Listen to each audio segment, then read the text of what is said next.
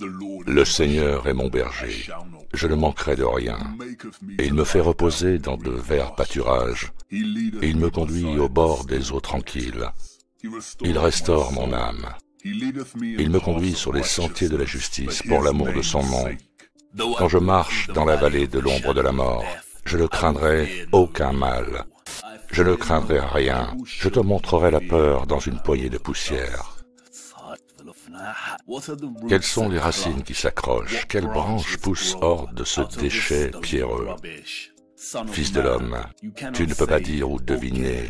Tu ne connais qu'un tas d'images brisées, où le soleil tape et l'arbre mort ne donne aucun abri, le grillon aucun soulagement, et la pierre sèche aucun son d'eau.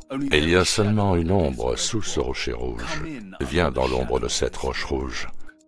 Je te montrerai quelque chose de différent de ton ombre du matin qui se promène derrière toi, ou de ton ombre du soir qui se lève pour te rencontrer. Je te montrerai la peur dans une poignée de poussière, une poignée de poussière. Je ne craindrai pas le mal, car tu es avec moi. Tu avances avec ton bâton et tu me réconfortes. Tu nous prépares une table devant moi en présence de mes ennemis. Tu oins ma tête d'huile, ma coupe déborde. Sûrement bonté et miséricorde m'accompagneront tous les jours de ma vie, et j'habiterai dans la maison du Seigneur pour toujours.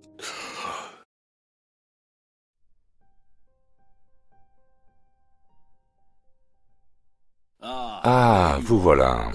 Bonjour. Nous sommes toujours coincés ici, mais au moins maintenant le soleil se lève.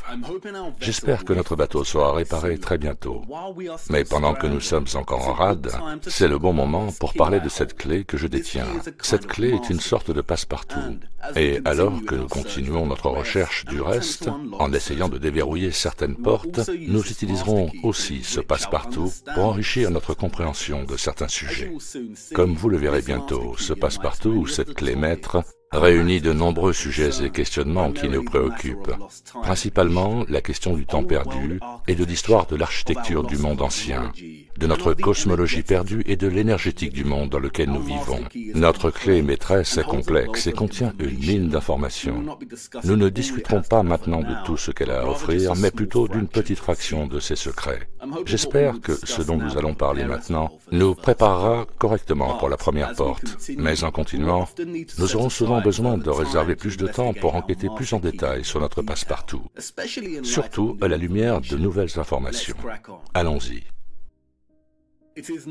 Ce n'est pas un grand secret que les deux principaux luminaires au-dessus de nos têtes, le Soleil et la Lune, fonctionnent comme des instruments de mesure du temps. Le temps, tel que nous le connaissons, provient de notre Soleil et de la Lune. Le Soleil se lève à l'est chaque matin et se couche à l'ouest chaque soir. À partir de son lever à l'est le matin précédent, il lui faut 24 heures pour se lever à l'est le matin suivant. Tout le monde sait qu'une minute entière fait 60 secondes, et que 60 minutes font une heure, et qu'après 24 heures, chaque jour se termine et un autre commence. Et ceci est représenté par nos horloges. En regardant une horloge, il est presque impossible de dire quand le temps a réellement commencé. Il a pu commencer à n'importe quelle heure. Les aiguilles de l'horloge ont continué à tourner de manière cyclique, jour après jour, année après année. Et nous savons tous qu'il y a 12 mois dans une année, et que tous les 3 mois, tous les quarts d'année, la Terre passe d'une saison à l'autre. La vie sur Terre commence et se renouvelle au printemps. Les plantes sur la Terre capturent parfaitement nos saisons.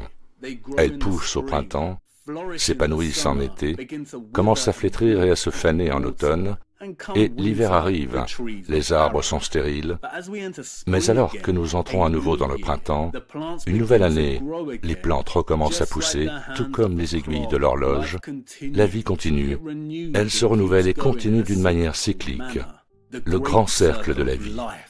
Tous les cercles font 360 degrés. Le diamètre de chaque cercle est proportionnel au rayon. Le cadran d'une horloge traditionnelle est un cercle de 360 degrés. Et en observant la Lune, nous voyons que la Lune adopte un modèle similaire à celui des saisons. Chaque mois commence par une nouvelle Lune, et au fur et à mesure que le mois avance, la Lune se transforme en croissant, puis en quart, puis en gibbeuse croissante, jusqu'à ce qu'elle atteigne finalement la pleine Lune. Et alors que le mois continue dans sa seconde moitié, la Lune commence à décroître, en passant à nouveau par une gibbeuse décroissante, un quartier, et à nouveau un croissant, jusqu'à ce qu'elle soit vieille. Et alors, tout le processus recommence à nouveau. Ce que le Soleil et les saisons font au cours d'une année, la Lune le fait chaque mois, comme un mécanisme d'horlogerie. Et nous vivons à l'intérieur de cette horloge. Nous vivons dans l'horloge de Dieu. Mais au cas où vous ne l'auriez pas remarqué, cette horloge ne fonctionne pas aussi bien qu'on pourrait le croire. Dieu a tout fait en parfaite mesure, mais pour une raison quelconque, il a assigné 29,53 059 jours pour que la Lune accomplisse ses phases, et 365,2 422 jours pour que le Soleil voyage d'une équinoxe vernal ou équinoxe de printemps à une autre. Non seulement ces chiffres résistent à un strict 360, les degrés du cercle, mais ils résistent en fait à fournir un nombre entier pratique pour nous. Comment pouvons-nous avoir 0,2422 d'un jour et 0,53 059 d'un mois? Et cela s'est avéré problématique pour quasiment toutes les cultures quand elles ont essayé d'établir leur calendrier. Pour concilier un calendrier correct avec le cycle saisonnier, le cycle solaire doit être manipulé pour faire de ce supplément 0,2422 un nombre entier. Ajouter un jour tous les 4 ans le permet presque. Mais cela change alors la longueur moyenne de l'année civile sur cette durée de 4 années à 365,25. Si nous soustrayons l'année solaire à cette année calendaire moyenne, nous pouvons voir qu'il y a toujours un dépassement de l'année de 0,0078 jours, ou 11 minutes et 14 secondes. 0,0078 jours doit être arrondi au supérieur à 0,0080 ou à l'inférieur à 0,0075. Il y a toujours un reste. Pour réconcilier ce problème, les personnes chargées d'établir les calendriers officiels emploient l'intercalation. L'intercalation dans le maintien du temps est l'insertion d'un jour, d'une semaine ou d'un mois bissextile dans certaines années calendaires pour que le calendrier suive les saisons ou les phases de la Lune. Dans les calendriers solaires, cela se fait en rajoutant un jour supplémentaire au calendrier tous les 4 ans. Et nous appelons cela une année bissextile. Ce n'est pas parfait, mais c'est assez proche. Les calendriers lunaires, dans leur forme la plus commune, intercalent un jour supplémentaire dans le dernier mois de l'année, 11 fois sur une période de 30 ans.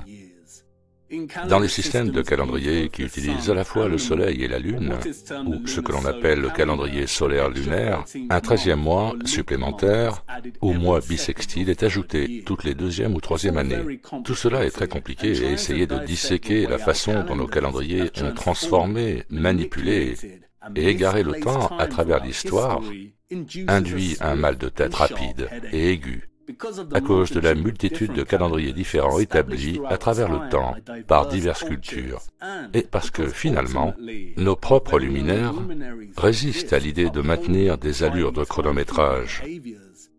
Retracer le temps à travers le calendrier est une tâche presque impossible.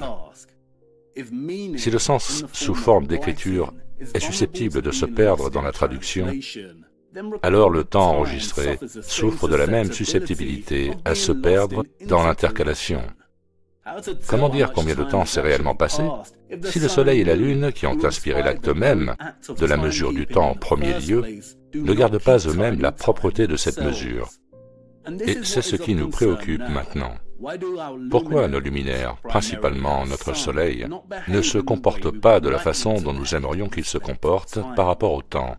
À la fin du volume 1, la Lune est apparue comme un personnage improbable, mais central de notre histoire.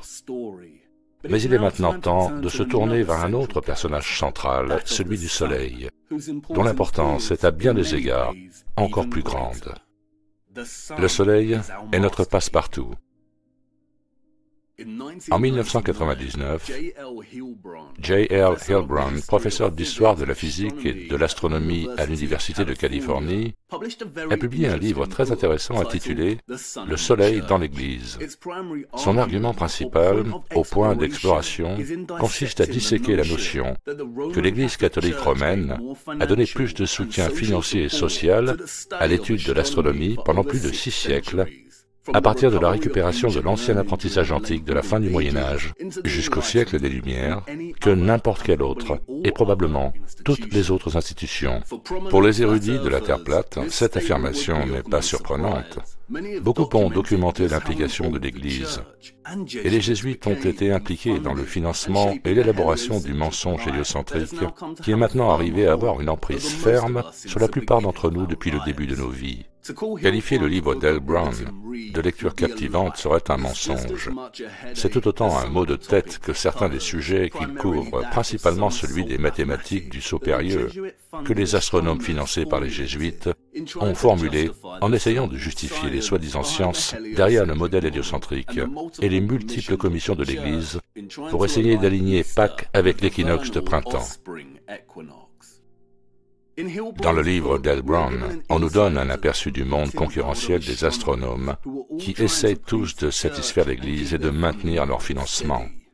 Les tensions constantes que nous voyons émerger entre les astronomes et l'Église sont celles entre la promotion de l'héliocentrisme, qui s'oppose directement au désir de l'Église de garder le modèle de l'univers, le modèle géocentrique. Comme vous le savez, le modèle héliocentrique place le Soleil au centre du système solaire, et toutes les planètes tournent et orbitent autour de lui. Dans le modèle géocentrique, la Terre est au centre de tout le système stationnaire, alors que le Soleil et les planètes tournent et orbitent autour de lui. La Terre et le modèle géocentrique s'alignent mieux avec la Bible. Les tensions entre les astronomes en faveur de l'héliocentrisme et le désir de l'Église de garder la Terre au centre de tout est un récit historique soigneusement orchestré et, comme d'habitude, non organique ou innocent. Tout comme la politique d'aujourd'hui, le modèle héliocentrique de gauche et le modèle géocentrique de droite ne sont par essence que deux ailes du même oiseau, et cet oiseau est sphérique. Alors qu'en apparence l'Église semble faire comme si elle voulait garder l'héliocentrisme à distance, par peur de promouvoir un modèle qui est en opposition directe avec ce que la Bible déclare spécifiquement, à savoir que le Soleil et la Lune se déplacent au-dessus de nous et que nous sommes stationnaires, ce qu'il faisait vraiment, c'est d'orchestrer un tête-à-tête entre deux écoles de pensée, le géocentrisme contre l'héliocentrisme. Mais dans les deux écoles, notre royaume est une incroyable, non scientifique masse sphérique. Ce n'était pas un plan plat qui se heurte à une sphère, c'était une sphère au centre qui se heurte à une sphère volant autour d'un gigantesque soleil. Hélas, le récit du géocentrisme contre l'héliocentrisme est un livre rabâché ou familier qui consiste à financer les deux camps, mais la guerre était déjà gagnée avant qu'il ne la commence. La Terre a été déclarée une sphère. Tout ce qu'il leur restait à faire était que les scientifiques et les mathématiciens déclarent que leurs découvertes étaient les meilleures quand le Soleil était au centre de tout. Mission accomplie. Pauvre géocentrisme, il a été utilisé, maltraité, dans le but d'introduire l'héliocentrisme. Maintenant, je sais ce que vous pensez. Super, ce type nous donne une leçon d'histoire ennuyeuse sur les vieux jésuites poussiéreux qui n'ont probablement jamais existé de la manière dont on nous le dit. Je sais, mais restez concentrés. Ce qui suit est si important, et nous ne pouvons pas progresser sans le comprendre. Cela en vaudra la peine à la fin. Ce qui est absolument fascinant dans le livre d'Hilbrand, c'est qu'il démontre que, contrairement à l'astropolitique de l'époque, l'Église avait en fait pris le Soleil dans ses bras longtemps avant que l'héliocentrisme ne soit déclaré vainqueur, d'une manière qui rappelle la fusion par l'Empire romain du culte païen du Soleil avec la doctrine chrétienne. Les jésuites ont permis et financé une poignée d'astronomes afin qu'ils installent des instruments pour surveiller le comportement du Soleil précisément à l'intérieur de certaines des plus grandes cathédrales jamais construites. Ces instruments sont appelés méridiana ou lignes méridiennes. Ils sont un type d'héliomètre, un instrument pour mesurer le comportement du Soleil. Une méridiana est une ligne méridienne qui court du sud au nord dans un grand espace sombre ou un bâtiment avec un trou dans son toit. Elle est principalement construite pour observer la position de l'image du Soleil à midi. Les lignes méridiennes sont connues comme une tige de cadran solaire en trou d'épingle. Par essence, c'est un simple instrument, généralement un bâton dans le sol, qui permet à l'observateur de suivre la direction et la position des ombres projetées par l'emplacement du Soleil dans le ciel. C'est ainsi que fonctionnent les cadrans solaires. Et en observant les ombres d'un cadran solaire, l'observateur peut déterminer l'heure qu'il est. Plutôt qu'une ombre, la tige du cadran solaire, en trou d'épingle, projette une tache solaire ou une image du Soleil à travers son trou. Cette tache solaire va tomber quelque part sur la ligne méridienne et la tache solaire va remonter celle-ci jusqu'à ce que le Soleil extérieur atteigne le point le plus haut dans le ciel. Quand le Soleil atteint son point le plus haut dans le ciel, c'est ce qu'on appelle le zénith. Et quand le Soleil est à son zénith, c'est officiellement le midi solaire. Au fur et à mesure que l'année progresse à travers les saisons, la hauteur du zénith du Soleil à midi solaire changera ainsi que la position de la tache solaire sur la ligne méridienne. Veuillez noter que j'utilise ici le terme zénith pour décrire le point le plus haut du Soleil dans le ciel à un jour donné. Je ne l'utilise pas dans le sens astronomique strict du Soleil étant à 90 degrés au-dessus de notre tête. Nous y reviendrons bien plus tard. La tige du cadran solaire de Saint-Sulpice à Paris est un exemple très célèbre de l'un de ces instruments. Ici, nous voyons la ligne méridienne qui traverse le sol de l'église jusqu'à un obélisque. Ils ont placé l'obélisque ici parce que l'église n'était pas assez grande pour contenir la longueur de la trajectoire des taches solaires tout au long de l'année. Comme vous pouvez le voir sur le diagramme ici, en hiver, la tache solaire frappera directement l'obélisque, car dans l'hémisphère nord, en hiver, le zénith du Soleil, son point le plus haut à midi solaire, est plus bas dans le ciel. Au fur et à mesure que l'année avance jusqu'au printemps, la tache solaire sera descendue de l'obélisque et tombera sur le cercle près du milieu. C'est le marqueur de l'équinoxe de printemps. Pendant l'équinoxe de printemps, le zénith du Soleil est plus élevé à midi solaire que pendant les mois d'hiver. Et au début de l'été, la tache solaire aura parcouru tout le chemin jusqu'au début de la ligne méridienne ici. Le midi solaire en été est le moment où le Soleil atteint son point le plus haut dans le ciel pendant son voyage annuel. Au début de l'automne, le point le plus haut du Soleil devient plus bas en hauteur apparente et la tache solaire fait son chemin vers le cercle ici pour l'équinoxe d'automne. Maintenant, c'est génial. Les astronomes du Moyen-Âge et tout au long du chemin jusqu'au XIXe siècle s'amusaient en créant des trous dans des structures merveilleuses afin de pouvoir observer la danse des taches solaires d'avant en arrière tout au long de l'année. Mais ce n'est pas ce qu'ils faisaient vraiment. Ils surveillaient la position de la tache solaire chaque année et suivaient la façon dont elle déviait entre les équinoxes et les solstices annuels. Et peut-être commencez-vous à penser, attendez une minute, peut-être que ce récit est faux et que nos ancêtres historiques avancés, ceux qui ont construit ces énormes structures qui agissaient comme générateurs d'énergie, les ont aussi fait fonctionner comme d'énormes tiges de cadran solaire pour piéger les luminaires. C'est une idée originale, mais pas complètement. Établir une ligne méridienne n'était pas chose facile. Il fallait souvent que les astronomes commandent une réfection radicale du sol de ces structures afin d'obtenir un niveau plat. La méthode de Giovanni Cassini pour l'aplanissement du sol est un excellent exemple. Comme l'explique Heilbronn, Cassini a creusé un fossé le long du tracé calculé de la ligne, il a placé un canal en bois et l'a rempli d'eau pour fournir un niveau précis. L'ironie. Les principaux personnages historiques de l'astronomie ont dû se tourner vers la nature immuable et nivelée de l'eau pour obtenir un niveau précis afin de pouvoir suivre le mouvement du Soleil. Savaient-ils, ou étaient-ils juste aveuglés en regardant obsessionnellement le Soleil? La question que nous devons nous poser cependant est pourquoi les astronomes, entre les années 1500 et 1800, suivaient-ils de façon obsessionnelle la position du Soleil pendant les équinoxes et les solstices? Nous devons maintenant porter notre attention sur ce que le Soleil au-dessus de nous fait réellement.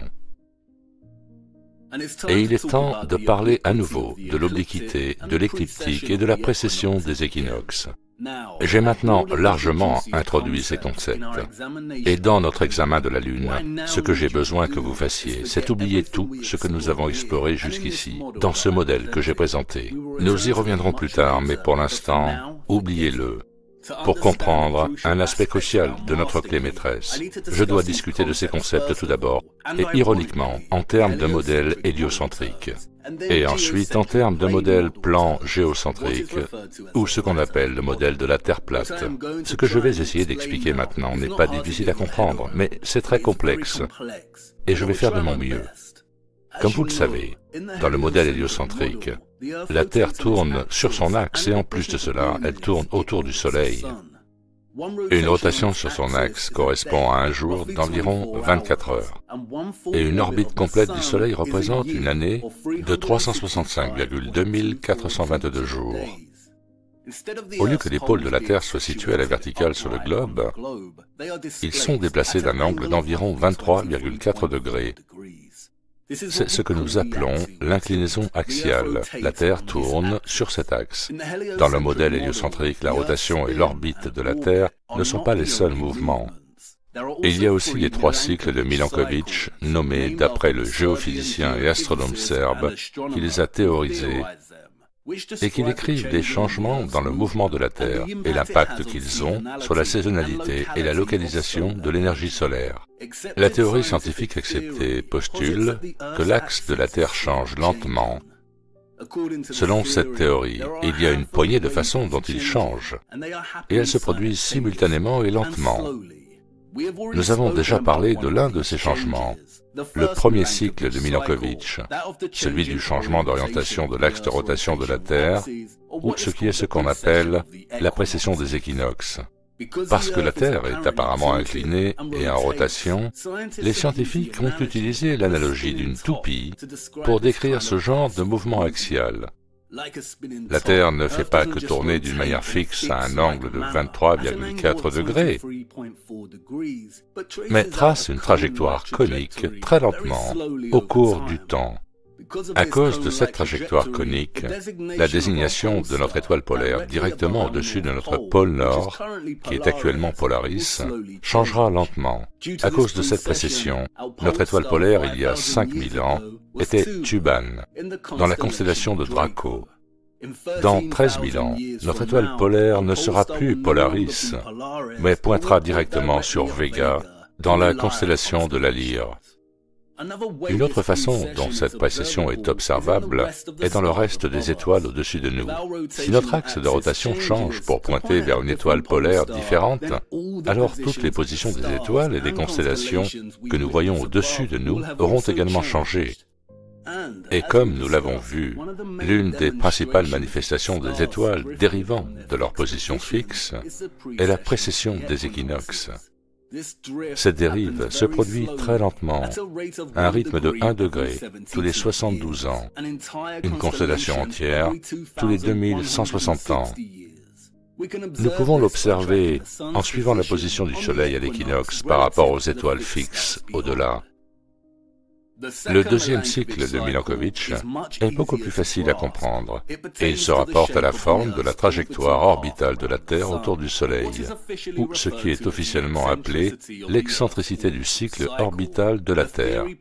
La théorie postule que la forme de la trajectoire orbitale de la Terre autour du Soleil fluctue de circulaire à elliptique sur une période de 100 000 années.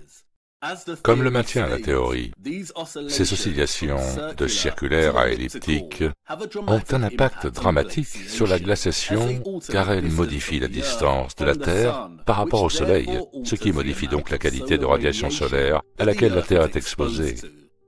L'excentricité est affectée par l'attraction gravitationnelle des autres planètes, nous dit-on, et est actuellement proche de son point le moins elliptique, presque circulaire, et continue de diminuer. Le dernier cycle de Milankovitch concerne le déplacement de l'inclinaison axiale de la Terre, ou le déplacement de l'obliquité de son axe. Oblique est un adjectif qui signifie ayant une direction oblique ou inclinée. Une trajectoire ou position inclinée, ou désignant des lignes ou des plans géométriques qui ne sont ni parallèles ni perpendiculaires. Et dans le modèle héliocentrique, l'axe de la Terre est en effet incliné. Mais dans ce modèle, nous ne vivons pas seulement sur une toupie sphérique inclinée et bouffie, qui est à la fois en rotation et en train de tracer une trajectoire conique.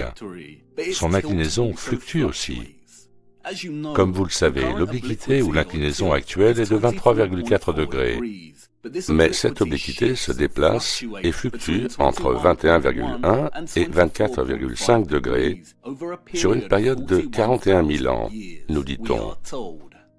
Et pourtant, malgré toute la complexité de leur modèle, nous n'avons encore ressenti aucun mouvement par rapport à la Terre.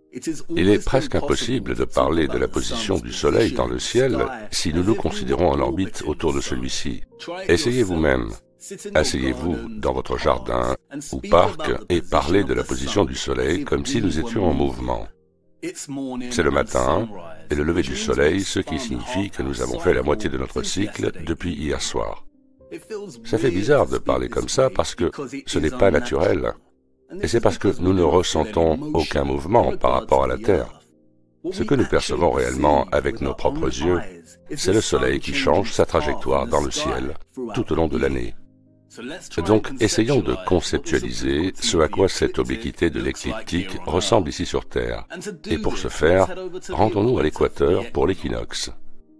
Le Soleil ne s'est pas encore levé, alors élargissons notre point de vue par anticipation. Ce que nous voyons ici, en regardant ce point de vue élargi, est ce qu'on appelle la sphère céleste. C'est un concept abstrait qui, dans le modèle de la Terre sphérique, entoure une boule en rotation. Maintenant, nous pouvons diviser l'écran céleste en deux, et c'est ce que l'on appelle un équateur céleste, qui, tout comme l'équateur géographique, divise le nord et le sud de notre soi-disant planète en deux moitiés égales. L'équateur céleste divise le ciel.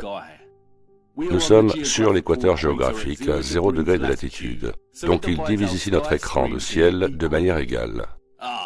Ah, voilà le Soleil, regardez attentivement.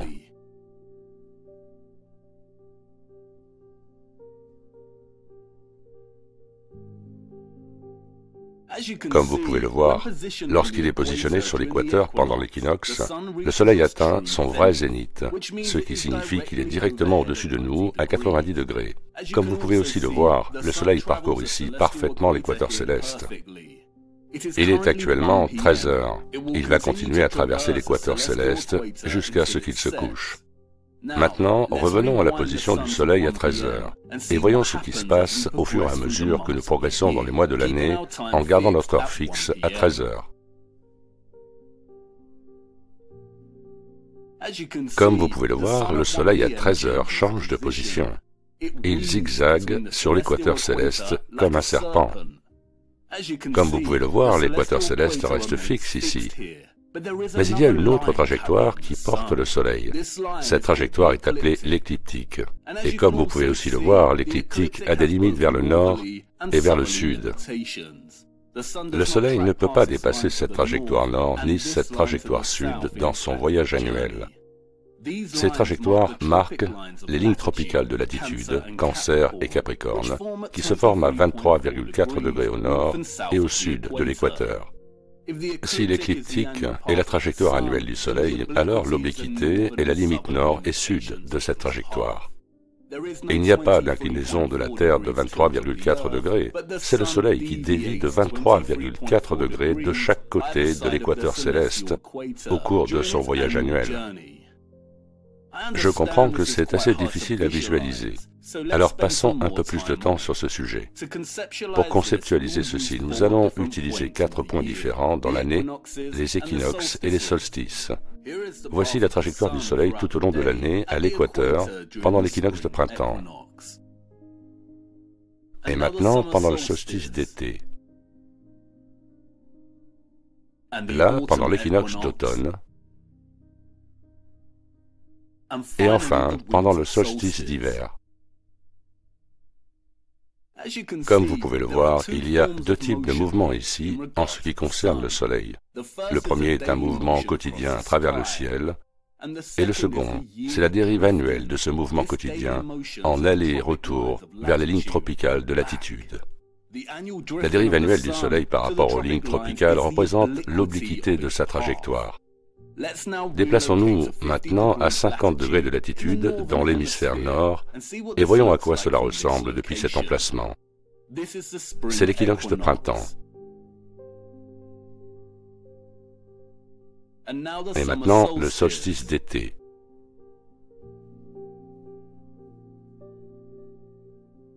Puis l'équinoxe d'automne.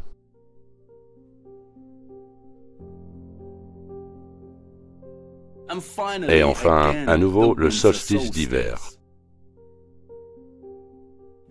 Alors qu'il semble que la hauteur du Soleil change tout au long de l'année, ce n'est finalement qu'une illusion d'optique. Par exemple, pendant les solstices de 50 degrés de latitude nord, il semble que le Soleil est plus haut en été et plus bas en hiver. Mais si nous changeons notre perspective pour faire face au sud-ouest et que nous combinons les deux images, vous pouvez voir que le Soleil n'augmente pas et ne diminue pas sa hauteur pendant son voyage annuel, mais sa position par rapport à l'équateur céleste change. Par conséquent, il semble plus haut en été dans l'hémisphère nord, car il se déplace dans le tropique du Cancer et est donc plus proche de ceux qui vivent dans cette zone. Et il semble plus bas en hiver lorsqu'il se déplace dans le tropique du Capricorne, car il est plus éloigné. Il y a un paradoxe très profond qui entoure ceci, et nous l'explorerons beaucoup plus tard dans notre voyage. Mais jouez avec les vecteurs du point de fuite, et cela peut devenir apparent. Dans toute sa simplicité, l'obliquité de l'écliptique n'est rien de plus que les limites géographiques de la trajectoire annuelle du Soleil, et ces limites sont situées à 23,4 degrés au nord et au sud de l'équateur. Et comme vous l'avez vu dans cette démonstration, le voyage annuel du Soleil le long de son écliptique forme comme une onde sinusoïdale de serpent ou une spirale énergisée. Vous pouvez aussi voir qu'à un moment donné, la trajectoire écliptique traverse l'équateur céleste. Cela se produit 2 fois par an, et c'est ce qu'on appelle l'équinoxe. C'est la rencontre de 2 trajectoires, et vous pouvez voir ici, à l'équinoxe, quand le Soleil est à midi, que la croix que ces lignes forment représente visuellement l'obliquité de la trajectoire du Soleil.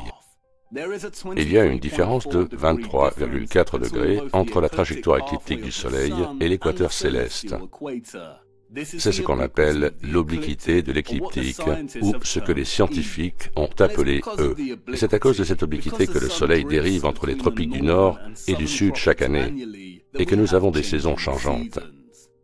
Le modèle héliocentrique postule que l'obliquité de la trajectoire apparente du Soleil dans le ciel au-dessus de nous est due à l'inclinaison axiale de la Terre. Dans ce modèle, les saisons se produisent à cause de son inclinaison. Par exemple, lorsque la Terre s'éloigne de l'équinoxe de printemps, l'hémisphère nord s'incline davantage vers le Soleil en raison de l'inclinaison axiale, ce qui signifie que c'est l'été dans l'hémisphère nord. Alors que la Terre tourne, l'angle de son inclinaison change, et les saisons commencent donc à changer, à cause des variations de la lumière solaire et des radiations qui frappent les hémisphères nord et sud. Dans le modèle de la Terre plate, c'est un Soleil qui se déplace au-dessus de nous. Ce modèle tente de capturer la trajectoire du Soleil et son obliquité à travers le concept d'une spirale. À partir de l'équateur, le Soleil se déplace en spirale vers l'intérieur jusqu'à ce qu'il atteigne le tropique du Cancer au nord à 23,4 degrés de latitude. Il effectue ensuite une spirale vers l'extérieur pour revenir à l'équateur, à l'équinoxe, et continue jusqu'à atteindre le tropique du Capricorne au sud à 23,4 degrés de latitude.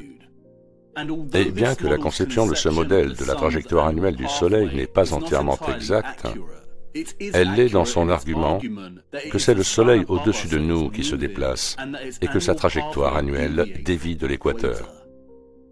Pour résumer, la trajectoire annuelle du Soleil ne traverse pas continuellement un équateur céleste, mais dévie vers le nord et le sud de par sa trajectoire écliptique, atteignant un maximum de 23,4 degrés de latitude. Et l'angle ou les degrés entre la trajectoire écliptique et l'équateur céleste est ce que l'on appelle l'obliquité de l'écliptique, ou E.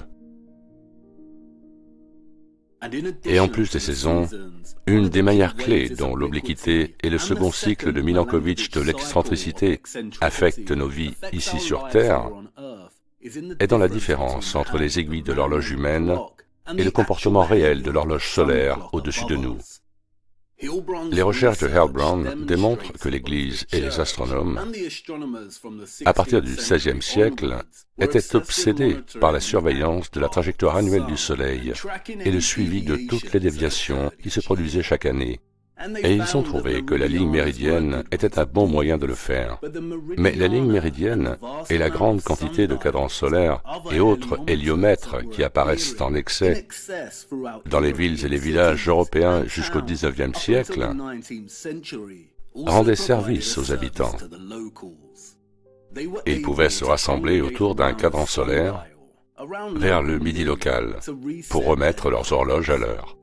Les habitants pouvaient observer l'ombre du cadran solaire à l'approche de midi et remonter leurs horloges pour s'assurer qu'elles seront à l'heure exacte. Mais il y avait un problème. Vous voyez, avant l'établissement des fuseaux horaires et de l'heure standardisée, le midi se produisait à des moments différents dans le même pays et même dans la même ville.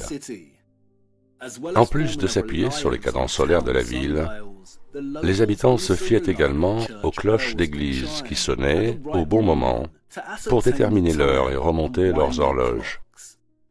Mais pour ceux qui vivaient dans une ville comme Rome, selon Heilbronn, cela peut prendre 20 minutes ou plus pour que toutes les églises de la ville sonnent à la même heure.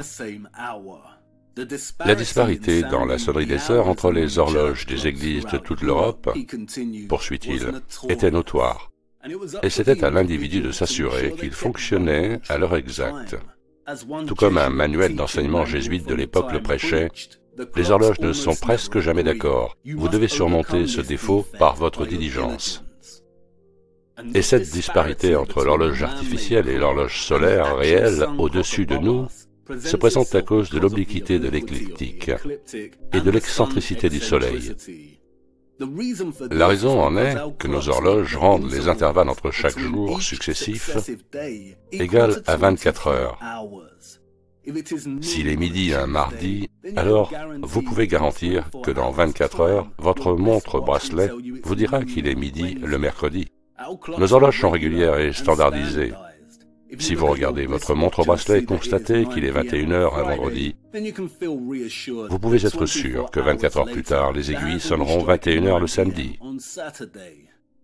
Mais le Soleil au-dessus de nous n'agit pas de cette manière régulière et standardisée. Par exemple, le midi solaire du 7 avril est survenu à 12h56, mais un mois plus tard, le 7 mai, il est survenu 4 minutes plus tôt, à 12h52. Si le Soleil voyageait seulement le long de l'équateur céleste, comme il le fait aux équinoxes, alors le Soleil et l'horloge seraient alignés, et le midi solaire se produirait chaque jour à la même heure. Mais à cause de son obliquité, il commence lentement à se désynchroniser avec l'horloge artificielle dans son voyage annuel. Et comme les habitants l'ont vite découvert, l'importance du décalage entre leurs horloges et le temps réel indiqué par les ombres projetées par le Soleil changeait de jour en jour. Le défaut n'était pas seulement dans l'horloge. Aussi précis que soit son mouvement, une horloge pour indiquer les heures égales tout au long de l'année doit être en désaccord avec le Soleil la plupart du temps. Et c'était bien ainsi, car les habitants s'assuraient qu'ils gardaient leurs horloges alignées sur le Soleil. Mais un autre problème est apparu. Alors que les habitants s'habituaient à se rassembler autour des cadrans solaires de leur ville pour s'assurer que l'heure de leur montre et l'heure du Soleil s'alignaient, ils ont remarqué que pendant 2 périodes de l'année, les ombres sur le cadran solaire se déplaçaient plus vite et plus lentement que les aiguilles de leurs horloges. C'est l'effet du deuxième cycle de Milankovitch, l'excentricité du Soleil.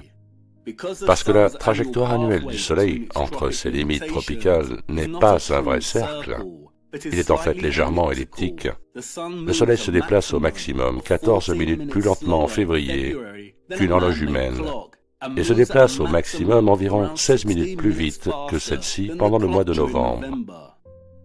Rappelez-vous, le 7 avril, le midi solaire est survenu à 12h56, alors que le 7 novembre, il est survenu à 11h40, soit 16 minutes de plus que l'horloge, y compris l'heure d'été. Et c'est parce que la trajectoire annuelle du Soleil entre ses limites tropicales n'est pas un vrai cercle, mais est légèrement elliptique et ne se déplace donc pas à une vitesse régulière, mais accélère et ralentit à deux moments de l'année. Et si vous combinez les effets de l'obliquité et de l'excentricité, vous obtenez un graphique comme celui-ci. La ligne horizontale ici représente nos horloges normalisées créées par l'homme qui introduisent chaque nouveau jour avec des intervalles de 24 heures entre les jours successifs. Mais les crêtes positives et négatives de l'onde sinusoïdale ici représentent la façon dont l'horloge solaire au-dessus de nous dévie de l'horloge humaine tout au long de l'année. La crête positive est quand le Soleil est plus rapide que l'horloge, et la crête négative est quand il est plus lent que l'horloge. Et la différence entre le comportement irrégulier du Soleil et le tic-tac régulier et ordonné de l'horloge est ce qu'on appelle l'équation du temps. Si vous deviez installer un appareil photo au même endroit et prendre une photo du Soleil tout au long de l'année, en vous assurant que vous preniez la photo exactement à la même heure chaque jour, vous seriez témoin de quelque chose de très spécial. Cela s'appelle l'analème.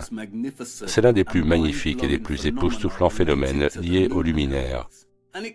Et il capture parfaitement l'influence de l'obliquité et de l'excentricité de la trajectoire du Soleil.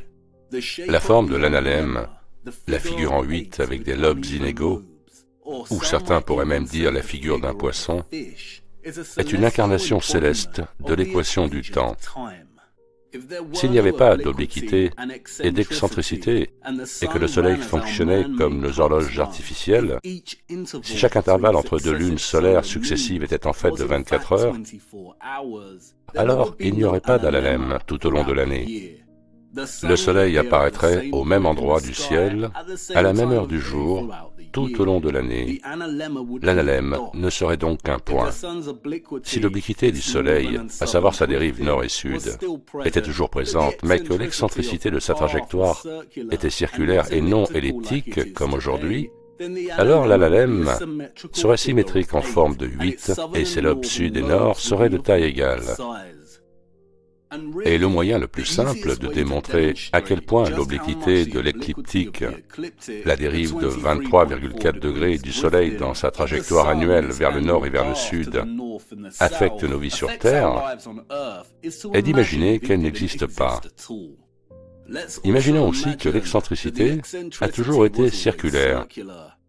Si nous réduisons l'obliquité à 0 degré, de sorte que la trajectoire du Soleil soit complètement perpendiculaire à l'équateur céleste tout au long de l'année, alors non seulement le Soleil garderait le temps de manière propre et s'alignerait avec nos horloges, mais il n'y aurait pas de fluctuations saisonnières, et le jour et la nuit auraient la même durée, jour après jour, année après année. Et John Milton, dans son poème épique « Le paradis perdu », a théorisé que la trajectoire du Soleil dans le monde édénique d'avant la déchéance n'avait aucune obliquité. Certains disent qu'il a été demandé aux anges de détourner les pôles de la Terre de 2 fois 10 degrés et plus de l'axe du Soleil. Ils ont, à force de travail, rendu oblique le globe circulaire. Mais que se passerait-il si l'obliquité augmentait à 90 degrés? La limite de la trajectoire du Soleil, la limite tropicale de latitude, serait alors déplacée ici. Et il y aurait un effet dramatique sur la saisonnalité. Beaucoup de glace fondue, n'est-ce pas? Et c'est ici que ça devient très intéressant. Comme le livre d'Al Brown, Le Soleil dans l'Église le dit, les jésuites et les astronomes ne faisaient pas qu'adoucir leur prouesse mathématique en essayant de déterminer si la Terre tournait autour du Soleil ou vice-versa. Ils étaient de manière obsessionnelle en train de vérifier si l'obliquité se déplaçait. Dès 2000 ans avant Jésus-Christ, différentes cultures mesuraient l'obliquité, nous dit-on. Et la croyance était répandue au cours du Moyen-Âge que l'obliquité oscillait autour d'une valeur moyenne. Qu'est-ce que cela signifie? Depuis le Moyen-Âge, les 23,4 degrés ont été à peu près la moyenne acceptée. Et Milankovitch a plus tard émis l'hypothèse que l'inclinaison axiale de la Terre varie sur une période de 41 000 ans, de 21,1 à 23,4 degrés. Et comme nous venons de le démontrer brièvement, si l'angle d'obliquité devait changer, alors les deux tropiques se déplaceraient en tandem. Comme vous le savez, il y a 5 grands cercles de latitude. Nous avons les cercles arctiques et antarctiques, le tropique du Cancer et du Capricorne, et au milieu, nous avons l'équateur. Ces lignes de latitude sont ce qu'on appelle des parallèles. Elles sont reliées les unes aux autres. Si l'une d'entre elles devait se déplacer, alors une autre ligne de latitude se déplacerait également en parallèle. Dans le modèle de la Terre plate, cela signifierait que ces anneaux concentriques en spirale commenceraient à se déplacer en parallèle, soit en se rapprochant ou en s'éloignant. Si l'obliquité passait à 10 degrés, alors ils se rapprocheraient de l'équateur. Si l'obliquité passait à 60 degrés, alors ils s'éloigneraient l'un de l'autre. Dans les moins populaires et sous-estimés modèles rectangulaires de la Terre plate, la même chose se produirait. Les limites des tropiques se rapprocheraient ou s'éloigneraient de l'équateur, et les lignes arctiques et antarctiques seraient également déplacées. Et vous pourriez vous demander pourquoi Milankovitch a seulement émis l'hypothèse d'un déplacement de l'obliquité entre 22,1 et 24,5 degrés, un décalage de 1,1 degré, de 23,4 à 24,5 et de 1,3 degré de 23,4 à 22,1 degrés semble être, après tout, une petite fluctuation dans le grand schéma des choses.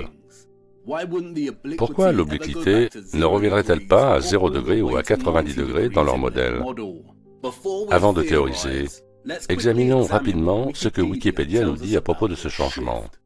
Il déclare que le tropique du Cancer se déplace actuellement vers le sud à un rythme de presque une demi-seconde d'arc de latitude, soit 15 mètres par an. Il en résulte qu'approximativement et en moyenne, les cercles tropicaux dérivent vers l'équateur et les cercles polaires vers les pôles de 15 mètres par an. Si les tropiques se déplacent actuellement de presque une demi-seconde d'arc de latitude chaque année, combien de temps cela prendrait-il pour voir un changement significatif dans leur position? Tout comme les horloges divisent l'heure en minutes et les minutes en secondes, un degré de latitude peut être décomposé en minutes et en secondes d'arc. 60 secondes d'arc font une minute d'arc et 60 minutes d'arc font un degré. De même qu'il y a 3600 secondes dans une heure, il y a aussi 3600 secondes d'arc dans un degré. Si le taux actuel de changement d'obliquité est de 1 seconde d'arc tous les 2 ans, alors nous pouvons multiplier 2 par 3600 et nous obtenons une estimation approximative et arrondie que cela prendrait 7200 ans pour que l'obliquité se déplace d'1 degré entier. Waouh, c'est un temps très long. C'est 100 fois plus lent que la précession des équinoxes, au cours de laquelle les étoiles fixes dérivent de leur position fixe d'1 degré tous les 72 ans. Ce taux d'une demi-seconde d'arc est également cohérent avec l'analyse d'Earl Brown des données collectées par les astronomes entre 1700 et 1800.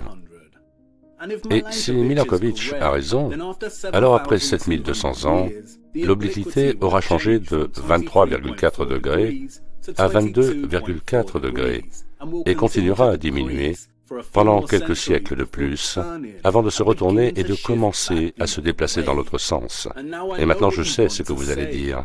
Ils sont des menteurs. Comment savons-nous que l'obliquité fluctue entre 22,1 et 24,5 degrés? Elle pourrait continuer à diminuer au-delà de 22,1 degrés. Ils ont aussi menti sur notre histoire, alors comment pouvons-nous croire les prétendues données concernant ce changement? L'obliquité a pu faire tout ce qu'on veut dans le passé. Et je suis d'accord pour dire qu'ils sont d'énormes menteurs. Le problème avec les luminaires, l'horloge du ciel au-dessus de nous, est que les dérives et décalages se produisent très lentement. Et nous n'avons qu'une durée de vie moyenne de 70 ans environ. Les mouvements au-dessus de nous pourraient s'accélérer, ralentir, changer de direction, s'arrêter complètement, et nous ne le saurions pas, surtout si les données historiques sont frauduleuses. Comme l'affirme Earl Brown dans son introduction et dans sa citation 66, parmi les anciennes significations de mathématisare, mathématiser signifiait jeter un sort. Il sera bien temps de laisser nos imaginations s'emballer d'elles-mêmes. Mais avant cela, laissez-moi vous présenter le travail de George Dodwell.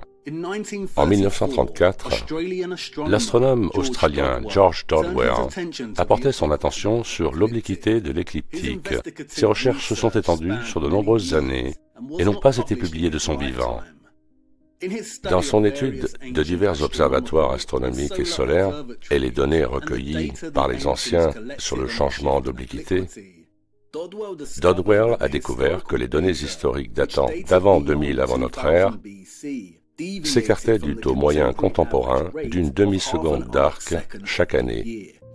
De manière assez significative, Dodwell a collecté toutes les mesures historiques du changement d'obliquité, les a examinées et les a présentées dans ce graphique intitulé « La courbe d'obliquité ». La première chose qui est fascinante à propos du graphique et des découvertes de Dodwell est qu'il démontre que l'obliquité était de 25,1 degrés en 2000 avant Jésus-Christ, ce qui est déjà au-delà du seuil de Milankovitch de 24,5 degrés. Dodwell a également démontré que l'obliquité a diminué au cours des siècles vers les 23,4 degrés actuels et a formé un modèle très reconnaissable. Ce modèle, selon Dodwell, est la preuve d'une courbe de récupération. Que cela signifie-t-il? Eh bien, comme l'obliquité est passée de 25,1 degrés en 2000 avant Jésus-Christ à 23,4 degrés actuellement, elle a subi un modèle d'oscillation, qui est représenté ici par cette onde sinusoïdale. Alors que le siècle se déroule, l'obliquité diminue légèrement, puis augmente à nouveau. C'est l'oscillation. Mais, et c'est crucial, si vous regardez attentivement, vous pouvez voir que chaque onde successive diminue en taille au fil des siècles. Ces fluctuations maximales et minimales se répètent 3 fois, mais à chaque fois, elles diminuent.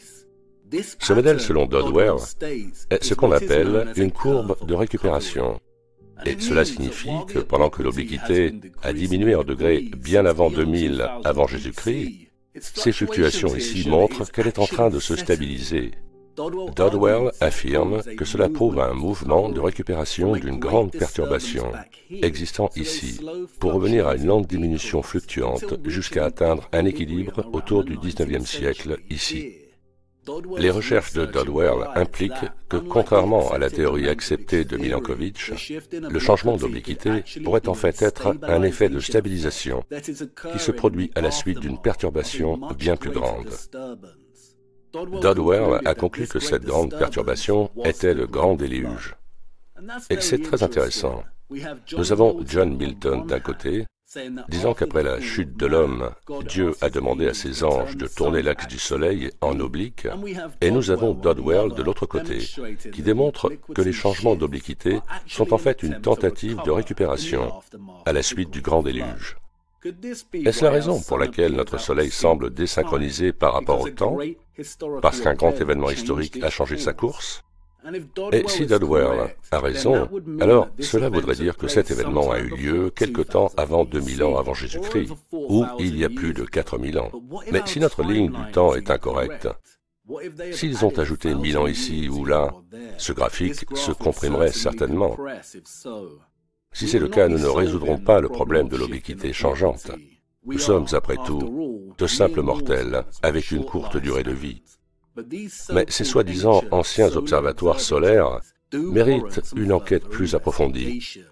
Sont-ils authentiques ou simplement réaffectés, comme les héliomètres de cathédrale? Je voudrais vous montrer quelque chose maintenant qui est assez remarquable. Regardez.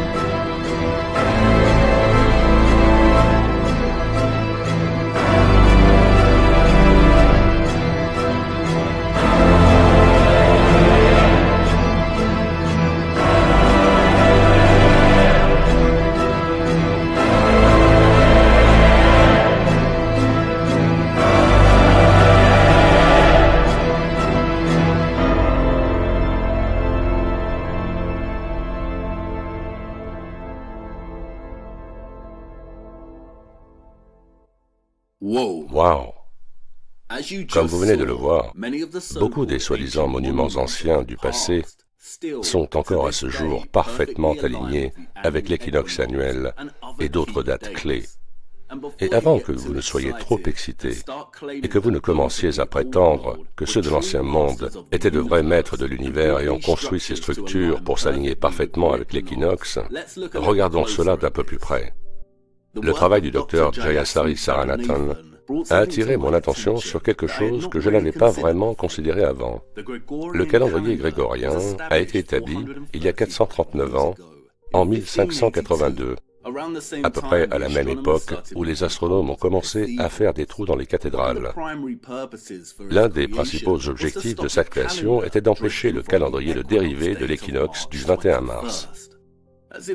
Comme si les choses n'étaient pas assez confuses, l'année solaire ou tropicale est déterminée par le temps que met le Soleil pour se déplacer de l'équinoxe de printemps à l'équinoxe de printemps suivante, soit 365,2422 jours. Mais une année sidérale est le temps qu'il faut au Soleil pour revenir à la même position par rapport aux étoiles fixes, au-delà. L'année solaire est 20 minutes plus courte que l'année sidérale.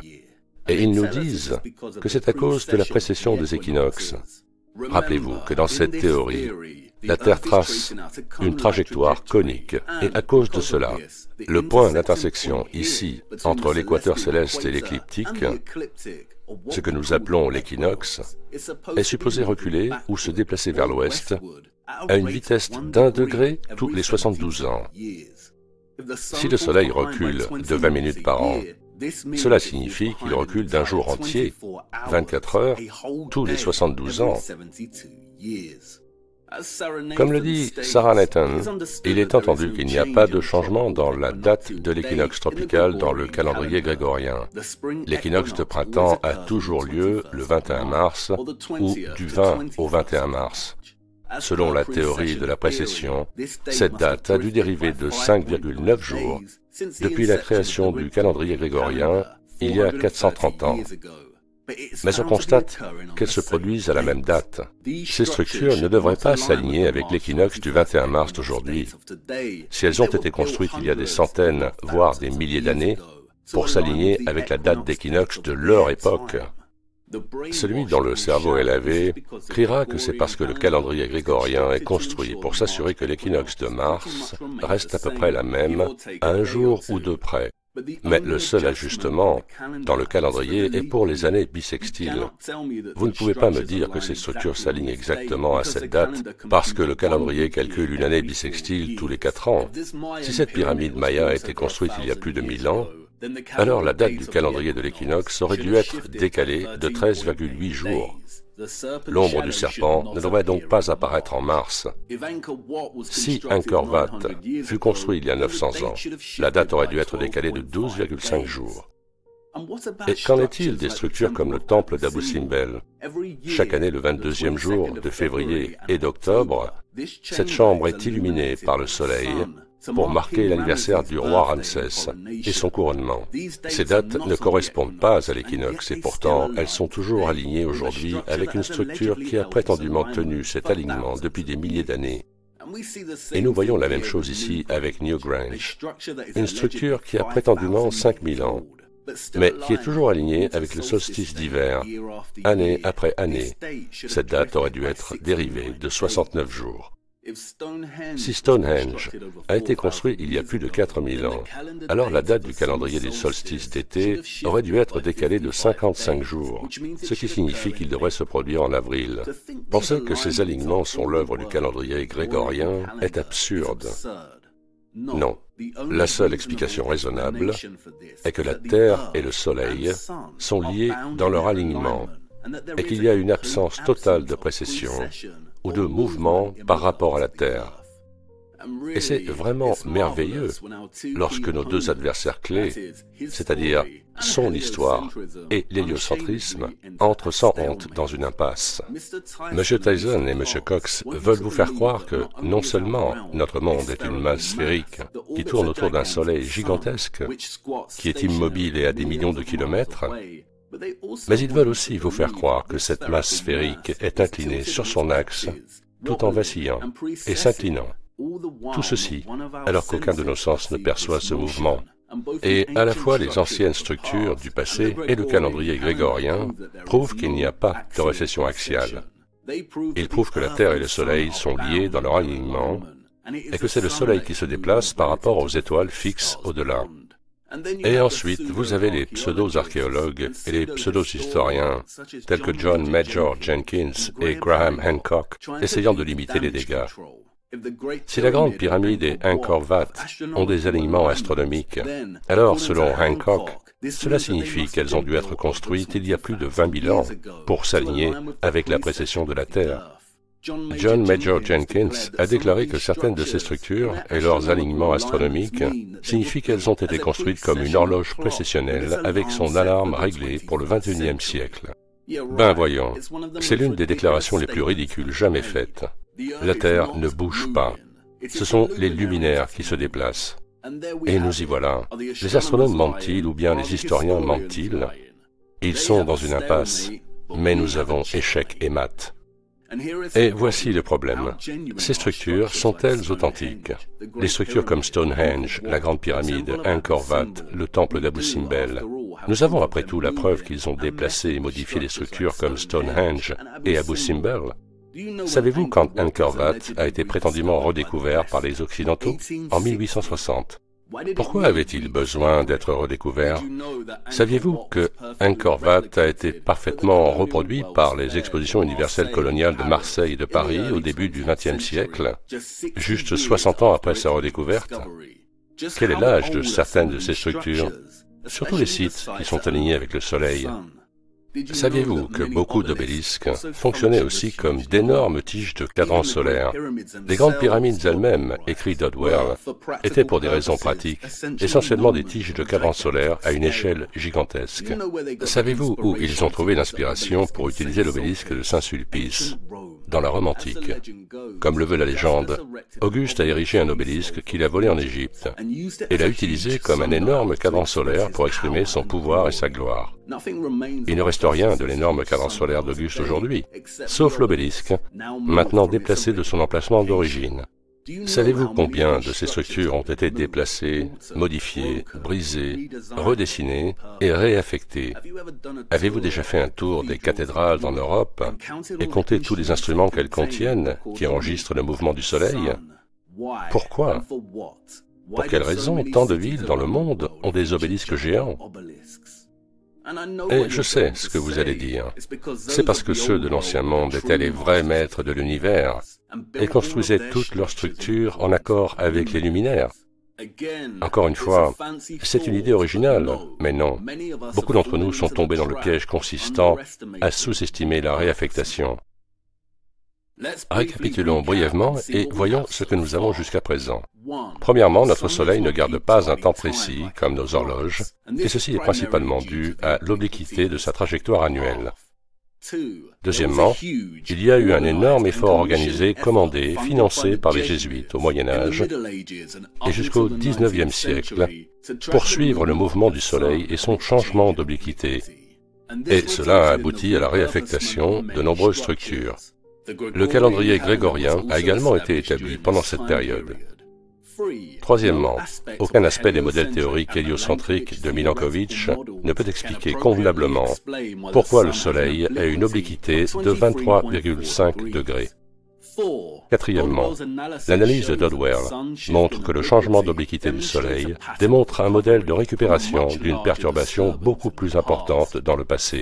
Cinquièmement, beaucoup de structures dites anciennes dans notre histoire s'alignent avec les luminaires, en particulier le Soleil. L'authenticité de beaucoup de ces structures est discutable. Maintenant, posons une question théorique. Est-il possible qu'une grande perturbation se soit produite dans le passé et ait affecté notre Soleil et qu'elle ait provoqué la disparition de l'Ancien Monde et que ceux qui ont suivi ont réaffecté ces structures pour déterminer le statut du Soleil et reconceptualiser un nouveau modèle de la Terre et de l'univers? Et maintenant, allons encore plus loin et posons une question théorique plus large. Et si, comme pour toutes les nations du monde, des tensions émergeaient dans l'ancien monde et qu'il y avait une guerre, et que cette guerre culminait dans une grande perturbation qui a modifié le comportement du Soleil et qui, en conséquence, a causé la disparition de beaucoup de gens, est-ce qu'une certaine faction d'individus a conquis l'ancien monde et a fini, par la suite, par vénérer le Soleil? Ah, je ressemble à un théoricien du complot. Et peut-être que tout ce que nous pouvons faire est de spéculer. Mais avez-vous déjà accordé une attention particulière à l'indéniable prévalence du culte du Soleil à travers le monde? Et ce nombre, 666, 666, si nous soustrayons 23,4 degrés de 90 degrés, on obtient 66,6 degrés. L'origine de ce nombre proviendrait-elle du Soleil? Est-ce que la trajectoire annuelle du Soleil et ses limites s'étendent historiquement à 90 degrés?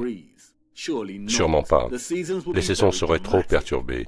Mais si le royaume était plus grand que ce que nous connaissons, que sont les pôles de toute façon? Et qui vénère le Soleil? Qu'est-ce que la lumière? Toutes les cultures d'avant vénéraient-elles la lumière ou bien quelque chose d'autre s'est produit? Qu'est-ce que cela signifie de passer de l'obscurité à la lumière? Pourquoi Joshua a-t-il demandé à Dieu de faire en sorte que le soleil s'arrête? Et qui écrit l'histoire? Qui réécrit, s'approprie et détruit l'histoire? Ceux qui triomphent. Ne sous-estimez pas la réaffectation. Et voici une dernière question. Et cette question va devenir un de nos outils d'investigation à partir de maintenant. Nos vies entières ont été façonnées par une fausse cosmologie héliocentrique, et nos méthodes pour garder le temps sont fondamentalement héliocentriques.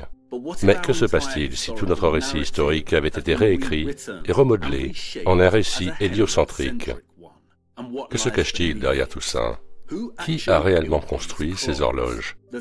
Ceux qui ont construit les cathédrales ou ceux qui les ont réutilisées en l'honneur du Soleil? Commencez à regarder de plus près dans votre vie quotidienne. Regardez de beaucoup plus près. Nous venons juste de commencer à examiner notre passe-partout, mais, comme vous pouvez le voir, ça met l'esprit en éveil. Et cela nous a aussi donné un cadre temporel que nous pouvons utiliser. Les héliomètres des cathédrales et le calendrier grégorien ont été établis au XVIe siècle. Cette période a été appelée la Renaissance. Savez-vous ce que ce mot signifie? Il signifie renaître, réapparaître, se relever, naître à nouveau. Qui ou quoi a ressuscité? Je pense qu'il est temps de quitter cet endroit redouté et de voyager à la recherche de la prochaine clé. Je connais l'homme qui la détient et je sais exactement où le trouver. Il nous attend. Mais j'ai bien peur que ce soit trop tard. Nous devrons essayer d'aller en Sibérie plus tard. Nous avons raté notre fenêtre d'opportunité. Nous devons ouvrir cette porte maintenant, parce que nous ne pouvons pas continuer, à moins que nous ne commencions à saisir l'écrasante complexité de la façon dont ils ont tout changé au cours des 400 à 500 dernières années. Beaucoup ont tristement sous-estimé l'énorme ampleur qu'a pris dans notre histoire la réaffectation des structures et monuments du passé. Allez, attendez, vous avez une question? Ces structures anciennes sont toujours alignées avec la date de l'équinoxe du 21 mars, ce qui prouve que la Terre et le Soleil sont liés par leur alignement, n'est-ce pas? Oui, c'est correct. Alors, comment le pôle magnétique peut se déplacer et entraîner le Soleil avec lui, comme vous l'avez dit dans ce modèle? Ça, c'est un esprit. Une excellente question à la lumière de nouvelles informations. Et le premier exemple d'une tendance qui va certainement se poursuivre au fur et à mesure de notre progression. Vous remarquerez que lorsque nous commencerons à ouvrir des portes, nous ouvrirons aussi de nombreuses boîtes de verre. La question vient juste un peu trop tôt. Il manque quelque chose de fondamental ici. Et il y a une chose que rien n'est, et pourtant, elle a un nom. Avez-vous déjà vraiment considéré le mot midi, noon? C'est l'un des plus beaux mots de la langue anglaise. C'est un palindrome. Il se lit de la même façon dans les deux sens. Mais avez-vous déjà remarqué qu'il représente visuellement le chemin quotidien du Soleil? Les deux extrémités ressemblent à des portes, l'Est et l'Ouest, où le Soleil arrive. Et le cheminement avec les hauts comme la forme du Soleil pendant qu'il parcourt son chemin. Quand nous nous sommes mis en route il y a si longtemps, en nous demandant ce qui s'est passé sur Terre, la lumière brillante de l'éveil était comme un lever de soleil se dirigeant vers son zénith. Peut-être que notre voyage a même ressemblé à une sorte d'illumination. Mais Icare a volé trop près du soleil et fut rejeté vers le bas. Et c'est à peu près ce vers quoi nous nous dirigeons. Nous avons atteint le point culminant, et une descente régulière dans l'obscurité est à venir. On comprendra mieux ce que je veux dire par la suite. Et s'il vous plaît, pardonnez-moi, je devais introduire cette histoire de cette façon pour vous ouvrir les yeux, et je n'aurais pas pu le faire autrement. Jusqu'à présent, j'ai présenté le consensus général sur notre histoire cachée et notre cosmologie cachée. Mais vous êtes réveillés maintenant, et alors que nous continuons notre quête de clés, une grande partie de ce que nous avons couvert devra être regardé de façon très critique, et c'est mieux comme ça. Je préfère me débunker moi-même plutôt que de piétiner les autres. Eh bien, que ce ne soit pas le moment, vous avez raison, notre passe-partout nous ouvre la voie pour que nous puissions regarder d'un œil critique la trajectoire du Soleil au-dessus de nos têtes. Le Soleil ne se déplace pas de cette manière circulaire, comme le modèle de la Terre plate le décrit. Toutes les cosmologies, qu'elles soient sphériques, concaves, plates azimutales ou plates Mercator, échouent. Et la dynamique entre le modèle, la carte et le Soleil est le problème. Nous regarderons de plus près toutes les cosmologies beaucoup plus tard. Et ne vous inquiétez pas, nos deux personnages centraux se rencontreront à un moment donné, car que serait notre voyage sans l'apparition de la couronne? Et nous devons faire un marché dès maintenant. Si vous voulez continuer ce voyage et que l'on commence à découvrir des choses qui ne résistent pas à une enquête critique ou qui ne fonctionnent plus, alors nous devons les abandonner, peu importe à quel point nous nous y sommes attachés. Sinon nous porterons un poids et nous ne pouvons pas nous permettre un autre crash. Alors, vous acceptez le deal? Excellent. Ah, regardez, notre vaisseau est réparé, nous pouvons enfin aller de l'avant. Allons-y. Il est temps d'ouvrir grand cette porte. Et nous sommes déjà en retard pour un rendez-vous très important. Espérons juste que notre homme est toujours là à nous attendre pour nous donner une clé.